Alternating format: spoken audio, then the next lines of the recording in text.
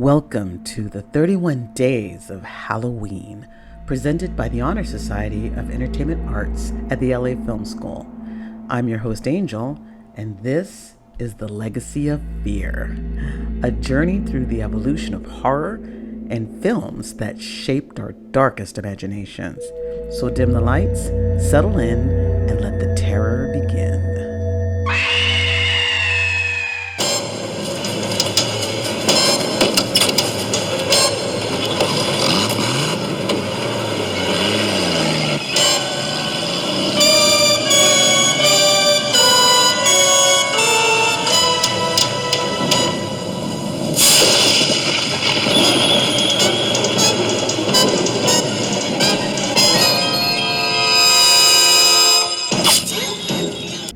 Welcome back to The Legacy of Fear, part of the 31 Days of Halloween, brought to you by the Honor Society here at the LA Film School.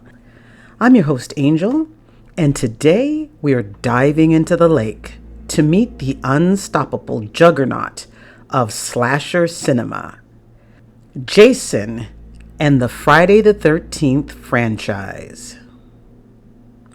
It began in 1980. Sean S. Cunningham's Friday the 13th was a modestly budgeted slasher meant to cash in on the success of Halloween. But it carved its own legend. At first, the killer wasn't Jason at all. It was his mother, Pamela, avenging her son's death by drowning. Her whisper of "kill her, mommy" still chills fans today. And then came the stinger ending. Young Jason leaping from the lake. It was just a scare, but audience couldn't let him go, and neither could Hollywood. In part 2, Jason was resurrected as the true killer, now an adult, living in the woods, wearing a sack over his head. But it wasn't until part 3 that the legend was born. Jason donned the hockey mask, and with that single image, he became one of horror's most recognizable icons. The sequels kept coming, each bloodier, crazier, and more creative in their kills. The final chapter, which wasn't actually the final chapter, A New Beginning, and Jason Lives, turned Jason into a full-blown undead monster. He went from Crystal Lake to Manhattan in part 8, then into space in Jason X. He even faced off against Freddy Krueger in Freddy vs. Jason, a showdown fans had begged for decades. Practical effects legends like Tom Savini helped cement the franchise with inventive gore and unforgettable deaths. For censors, the series was a nightmare.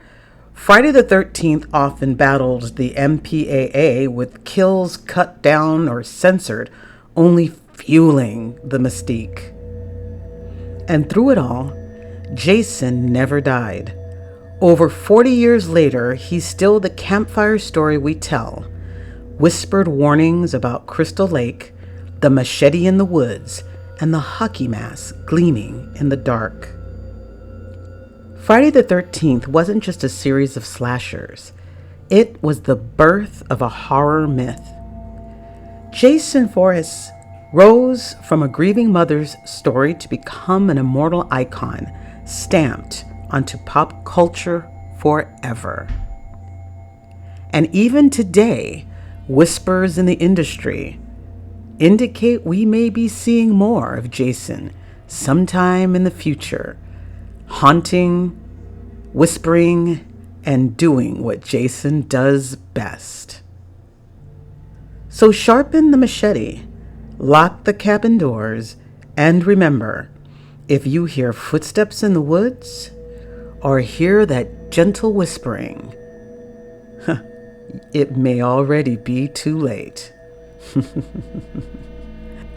I thank you for coming by to visit with me today, and I hope you have a wonderful day. And I'll see you tomorrow. Bye-bye.